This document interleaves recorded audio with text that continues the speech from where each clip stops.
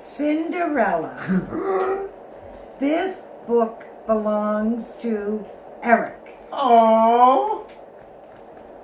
Once upon a time, long ago, in a faraway land, poor Cinderella lived with her mean stepfamily. Whoa. They filled her days with cooking, scrubbing, washing, and chores of every kind. Wow. Cinderella's mother To the lips. and her two stepsisters, Anastasia and Drizella, never helped with the work. But Cinderella remained cheerful and kind. She made friends with all the animals she met. Cinderella even made clothes for the mice who shared her small attic room. One day, Jack, her favorite mouse, was upset. "What's all the fuss about?" Cinderella asked. Jack led her to a new mouse that had been caught in the trap. Cinderella quickly freed the frightened mouse. Then she dressed him in new clothes and found the perfect name for him. Gus. When it was time for Cinderella to feed the chickens, To the lips. the mice headed for the barnyard. Cinderella always saved some corn for them. But today, Yum. the mean old cat, Lucifer. blocked their way. Jack was chosen to get the cat to chase him. Then the other mice could scoot outside. The plan worked. The plan worked. And Jack kicked the cat, and angry Lucifer began chasing him. But Jack was too fast for Lucifer and made it safely into a mouse hole. When Lucifer waited for Jack to come out, the other mouse scampered away. We didn't like your brother. Aaron spent the rest of the day attending to chores. "Take that ironing," Griselda demanded. "Don't forget the mending," Anastasia added. "Pick up the laundry and get on with your duties," the stepmother ordered. Meanwhile, at the royal castle, the king complained to the Grand Duke. "It's high time my son got married," he sobbed. "I want grandchildren." The king decided to hold a ball. "If all the eligible maidens come," said the king, "the prince is bound to find his bride." The royal ball. Later that day, Cinderella heard a knock on the door. "Open in the name of the king," said the royal messenger. He handed Cinderella an invitation. When her stepmother read the invitation aloud, Drizella and Anastasia became excited. Each imagined the prince falling in love with her. Cinderella was also excited. "Why, that means I can go too," she said. The stepmothers laughed. "Every eligible maiden is supposed to attend," answered Cinderella. Surprisingly, her stepmother agreed. "I don't see why you can't go if you get all your work done and if you can find something suitable to wear." Cinderella raced to her room and found a dress that had belonged to her mother. With a little stitching, she could make it pretty. As Cinderella worked on the dress, her stepmother and stepsisters called for her and gave her many, many chores. "Get them done quickly," Get him done quickly. said the stepmother. When Cinderella had put the dress aside, her animal friends Really began... like your brother. When Aaron put the dress aside, her animal friends began to work on it. They gathered beads and a stash that the stepmothers had thrown away. Soon they created a beautiful gown. Cinderella was finally finished her chores and went to her room. Then she realized it was too late to get ready for the ball. She was so sad. Suddenly, the mice yelled, Surprise! They showed Cinderella the beautiful gown. "Oh, thank you so much," she cried. Oh, thank you so much, she cried. Cinderella put on the gown and hurried to join her stepfamily. But when her jealous, mean stepsisters recognized their old sash and beads, they tore Cinderella's gown to shreds. Cinderella's friends watched sadly as she wept in the garden. "It's no use," she sobbed. "Nothing will help." At that moment, bright, sparkling light began floating around Cinderella.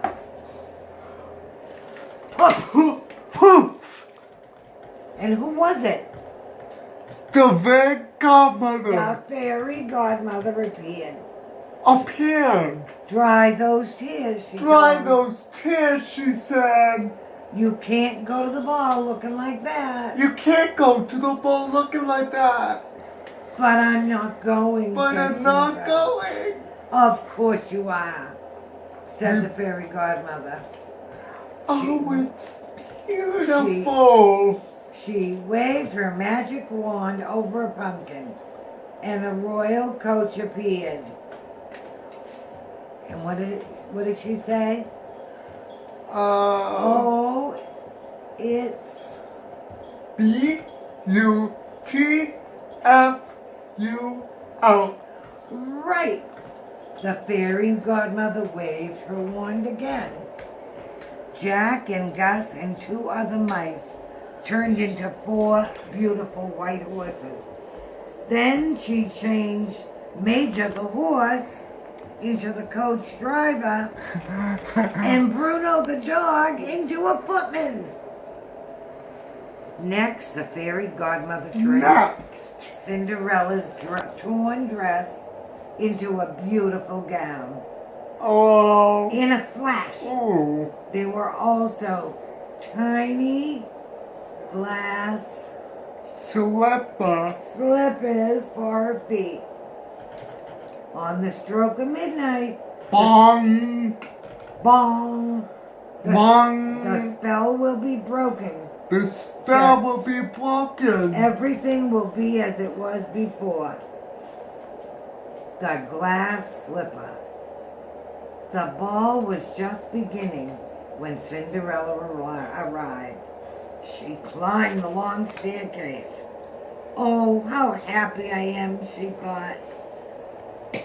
The king and the Grand Duke watched as all the maidens walked forward to meet the prince. The prince was not impressed with any of them. Then he noticed... What did he notice? He noticed Cinderella. In trance, he walked past all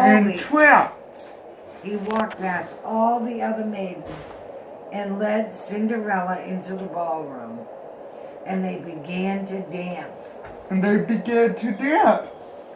They danced every dance. Wow. Until the clock began to strike. Midnight. Boing, boing, boing. I must go, Cinderella cried as she panicked, freeing her hand from the prince. As she fled, she lost. What did she lose? What did she lose? Oh no! What? Her glass slipper! You're right. The clock sounded as the coach raced from the palace. It was midnight.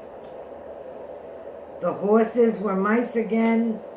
Cinderella was in rags, but she still had one glass slipper.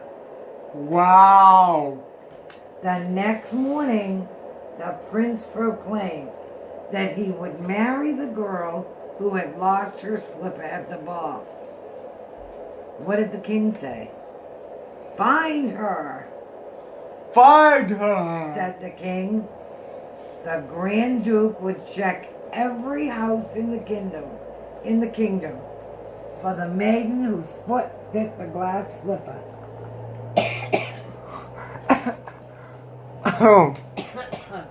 Cinderella was so happy. She eagerly awaited the Grand Duke's visit. No matter what Drizella and Anastasia ordered Cinderella to do, she nodded dreamingly. Cinderella's stepfamily could not understand the reason for her joy. Then the wicked stepmother realized that it must be Cinderella who was the prince's favorite at the ball. She locked Cinderella in her room. Let me out, Cinderella. Let me out, Cinderella cried. But her stepmother put the key in her pocket, laughing her meanest laugh. Mo ho ho. Oh. Then Cinderella heard a knock at the front door. The Grand Duke had arrived. Meanwhile, Jack and Gus had seen what the stepmother did. They took the key out of her pocket and slipped it under Cinderella's door. Downstairs, the Grand Duke watched his footman try to squeeze Anastasia's big foot into the slipper. Of course, the slipper did not fit Drizella either. As she hurried down the stairs, Cinderella heard the Grand Duke ask, "Are there any other maidens in the house?" Are there other maidens in the monster house? "Please wait," Please wait. called Cinderella. Please, monster, wait. "May I try on the slipper?" May I try on the slipper? The angry stepmother tripped the footman as he approached Cinderella. The glass slipper shattered. "Oh no," moaned the Grand Duke. What did he say? Yeah. "Oh no." "But you see," said But Cinderella, you see, said Cinderella, reaching into her pocket. reaching for her pocket. And what did she have? What did she have? What? A glass slipper. She had the other glass slipper. Quickly, the Grand Duke put the slipper on Cinderella's foot. It fit perfectly. It fit perfectly. Cinderella was the prince's love. Oh. And Cinderella married the prince and lived happily ever after. And so did Jack, Gus, and all of Cinderella's animal friends. Woo! The end. Woo! Pumpkin pie. Woo! That, Pumpkin pie. yeah? What does it mean? Pumpkin? I don't know. Pumpkin pie. Do you like pumpkin pie? Pumpkin pie. All right, the end.